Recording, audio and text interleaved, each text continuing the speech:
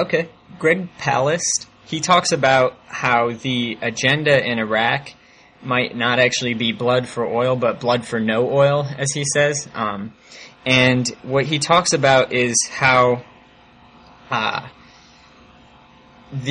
he actually has some documents from oil companies and the United States government which show that the plan for Iraq was actually to get control of the country so that it's not exporting oil, and to control its oil resources so they don't get so the oil doesn't get drilled and doesn't export from Iraq. I'd like to know what you think about his research on that, and also if you think perhaps that may be the reason why Saddam did not want to agree with our interest there. Well, first let me just say I think Greg Palast is absolutely insane. And I'm kidding. Greg and I so have a running feud at times, but we have a great deal of respect for each other, and so I just have to say that. But no, Greg is a great journalist, and he does a lot of amazing research and uncovers a lot of important stuff. There's no question about it. And I think he's got that right to a certain degree.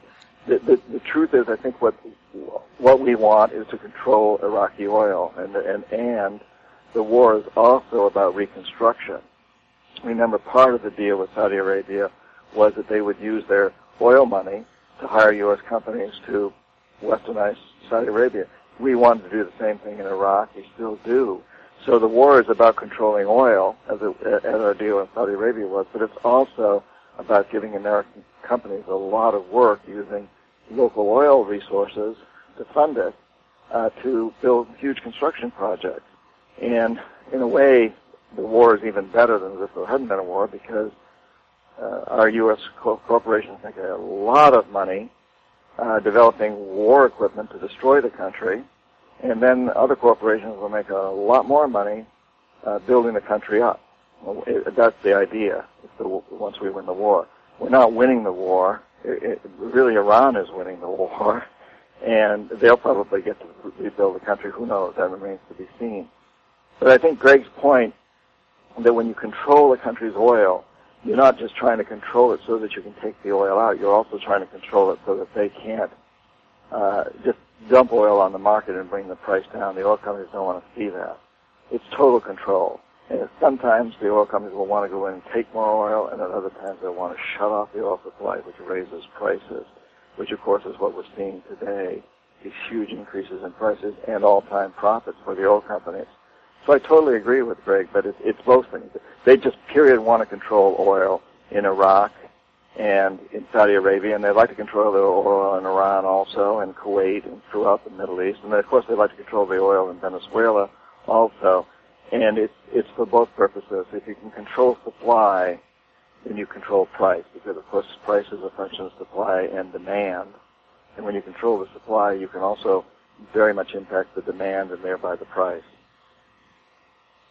And we're also competing with some other countries for this oil. Is that right? Like China and Russia, are we competing with them for this oil? And is this competition more than just friendly, capitalist spirit and more militarily competitive? Well, it's a very complex question you're asking there, because the fact of the matter is the geopolitics of the world is changing radically and has changed.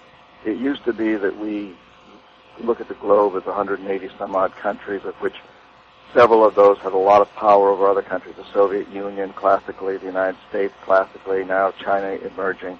But in fact, today we would better look at the geopolitics of the globe as something very, very different, where you might envision as these huge clouds circling the globe.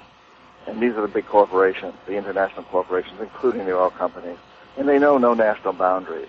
And they'll strike deals with whoever it suits their best purposes at any given time, whether it's the Chinese or the Russians or the Indians or the Bolivians or the Brazilians or the Iranians. And so, this whole deal now, I don't think it's likely that the future of the world will see another empire that's a country take over, although we could see coalitions of countries like, say, China and Iran. But right now, what seems to be emerging much more is these big corporate conglomerate geopolitical powers that control things. I think we're at a stage today that's roughly equivalent to when the city-states became nations.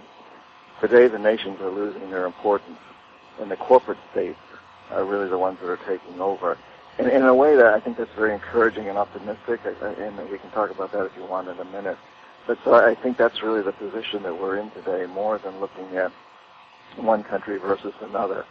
Certainly, however, the newly emerging economies of China and Russia and India and other places are having a huge impact because as those economies grow very, very rapidly, the demand for petroleum, for oil and other petroleum products also increases, which puts tremendous pressure on prices around the world for petroleum.